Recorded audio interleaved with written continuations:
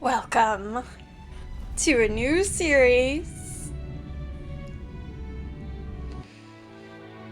in Honkai Star Rail, my Warpless journey. So, while the intro cutscene plays, let me get into some of the basic rules for this account.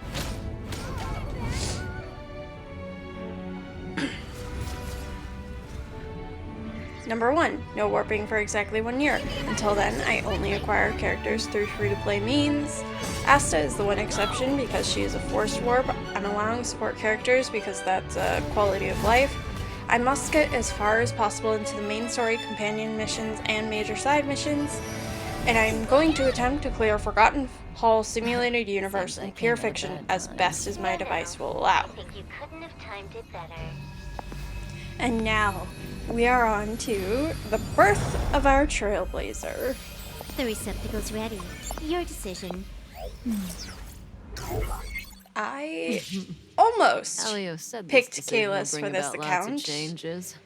Almost. He also said, it must be you who makes it. Sorry to Caleb again, but I am a firm Stell stan, so I went with her.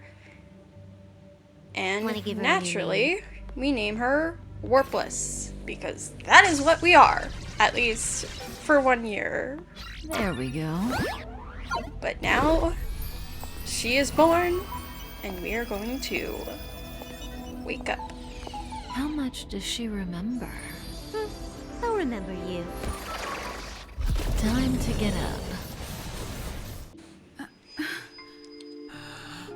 Wait, stop it! They're awake! March. Why?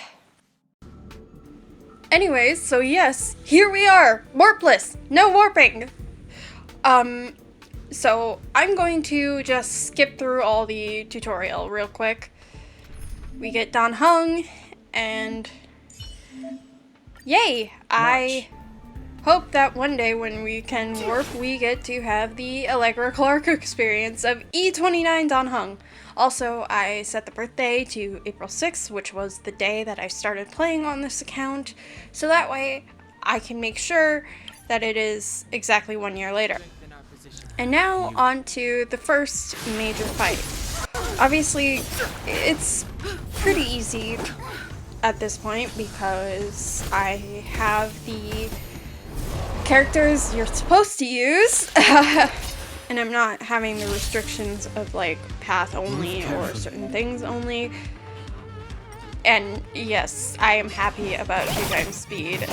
And I even sped up the footage of the combat to 2x speed for your sanity. I'm leaving in all the footage of major important fights, such as this one, as well as any sort of mini-boss, like Japard and Bronya, and eventually when we get to Kukolia in the next, or Svarog, and then Kukolia in the next episode. Yes, I'm aiming to have at least 2 bosses. And here we are, about to do our one and only warp. This is the only time we are going to be seeing this animation, so don't get used to it. And of course, it's going to be Asta, because she is a guaranteed warp, kind of like how in Honkai Impact 3rd, where your first pull is guaranteed to be Valkyrie Chariot. And now we claim our free Serval and Light Cone. Serval, I love her. She is Bellabog Mom. She is a favorite of mine. I love her. She is so mom. And I immediately equipped the Light Cone onto her because she is definitely going to be an important DPS. And after talking to Arlen, Push the control. Are you Hinkle, ready? and Wonderful. the Abraham Fear was of Death close. The top guy, priority. Abraham, I will pull my. we are able to claim the only 5-star character we will ever have. Of course, also Fates that we can't use for a year. Fates, why did I say Fates? This isn't Genshin, this is Honkai. Whoops. But yes, we claim Dr. Ratio. And the reason I started this Warpless account now is because this is the last version where you can get Dr. Ratio. So if you want him, start now, because by the end of 2.1, he'll no longer be available.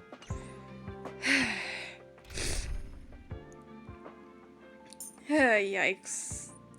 But yes, the only 5-star we will ever have. And now we're on to the fight against the Doomsday Beast. This one always takes forever if you're using the starter characters. It's really here. Well, it feels like forever because they do no damage at all. In fact, March is the only one I leveled up at all because, in my opinion, with this account, our sustains, there's those being March, Natasha, and Lynx, will be the most important to level up, like, to them as close to the cap as they can be, like the cap for their ascension level. But I mean, this fight is pretty okay as long as you manage your skill points, and honestly, you've gotta rely on Himiko. That's why they give you Himiko and make her be part of the team, because she's supposed to make this fight easier. I would have loved to swap her out for Asta, but no! But, like, I love Himiko for a number of reasons, not only because of Honka Impact 3rd, but also because I have her on my main account. And she is really fun because I love running the Himiko Herta comp. But yeah, we beat it. Production. Genius Society number Also, hi Herta, 83 best girl. of all my outstanding She's so me-coded. achievements. That's what you want to mention? Autism, autism, autism, autism, autism! Herta main. Oh yeah, because this account is on Asia server. 4 AM rolled around for server time. I had to equip a 3-star light cone onto Herta because that's the only option. But that's okay. It'll do for now because later in the episode we managed to get more. And I set all of the characters I currently have to be on the showcase. Eventually, we're going to reach the point where I will have to pick and choose who's on the showcase. Oh yeah, and claiming tickets I won't get to use until the future. Yay! Hopefully, 21-year-old me will be happy with whatever pulls they get. And now we start to head off on the Astral Express. I can't share the music for obvious reasons. And of course, I'm setting the coach music to be my outro.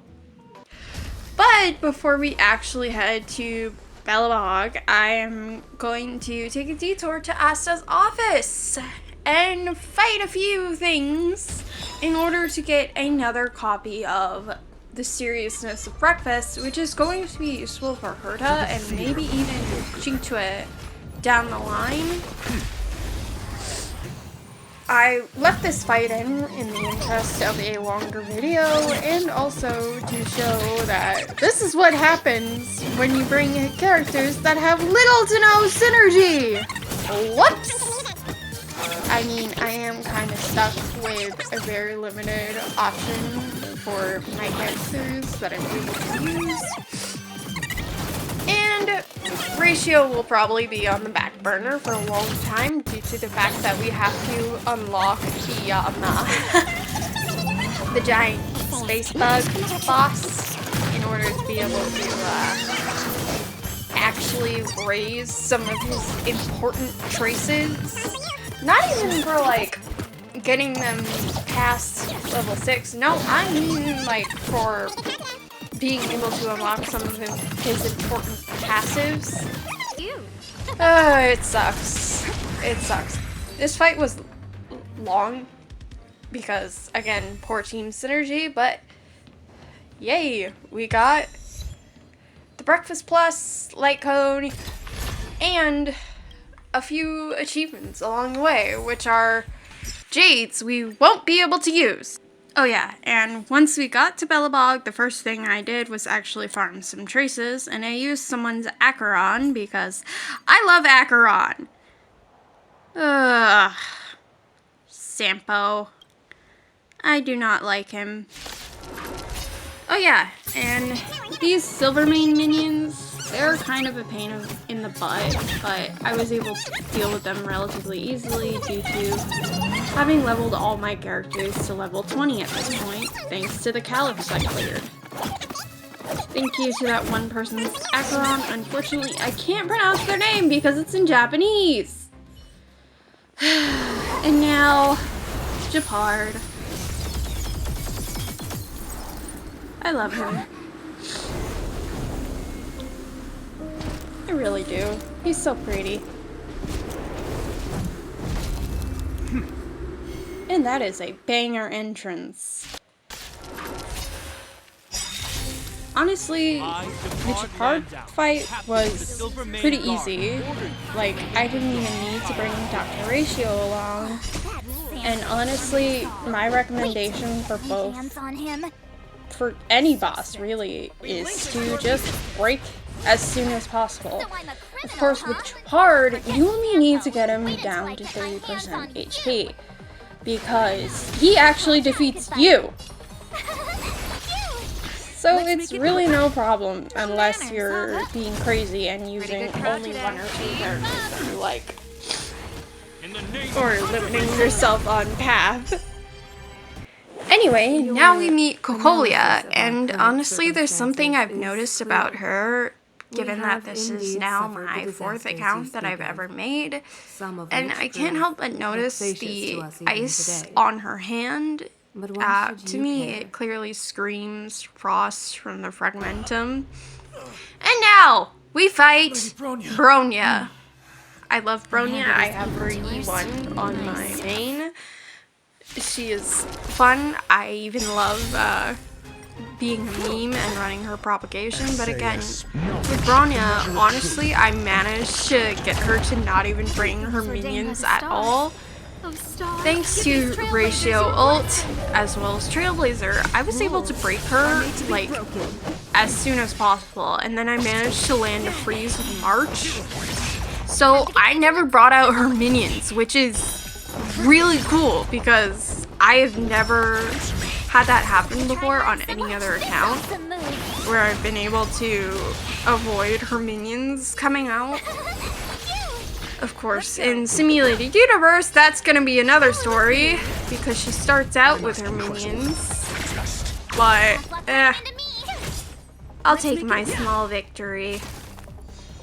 I left the fight at full speed thanks to it being relatively quick.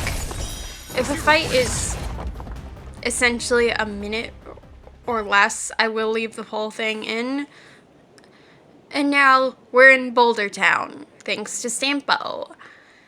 Unfortunately, that is about all the time we have for today, because by the time I got here, it was like 7 o'clock at night. But at this point, like I'd like to do at the end of every single episode, is quickly claim any achievements we have, go over the current status of all of my characters.